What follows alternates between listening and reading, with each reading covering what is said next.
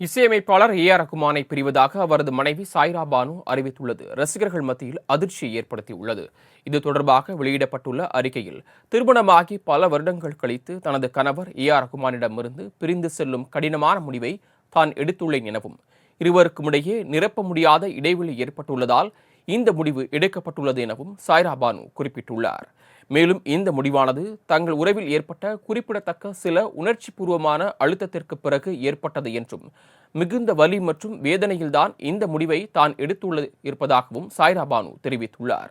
ஒருவரை ஒருவர் ஆழமாக நேசித்த போதிலும் தீர்க்க முடியாத இடைவெளி உருவானது என தெரிவித்துள்ள சாய்ரா பானு, இந்த தருணத்தில் தங்களது தனி உரிமைக்கு அனைவரும் மதிப்பளிக்க வேண்டும் எனவும் அவர் வேண்டுகோள் விடுத்துள்ளார்.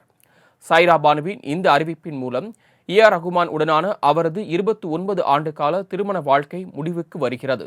இதனிடையே ஏ.ஆர். ரகுமானின் மகன் அமீன் தனது இன்ஸ்டாகிராம் பக்கத்தில் வெளியிட்டுள்ள பதிவில், இந்த தருணத்தில் எங்களது தனி உரிமைக்கு மதிப்பளிக்குமாறு அனைவரையும் பணிவுடன் கேட்டுக்கொள்வதாகவும் புரிதலுக்கு நன்றி எனவும் குறிப்பிட்டுள்ளார்.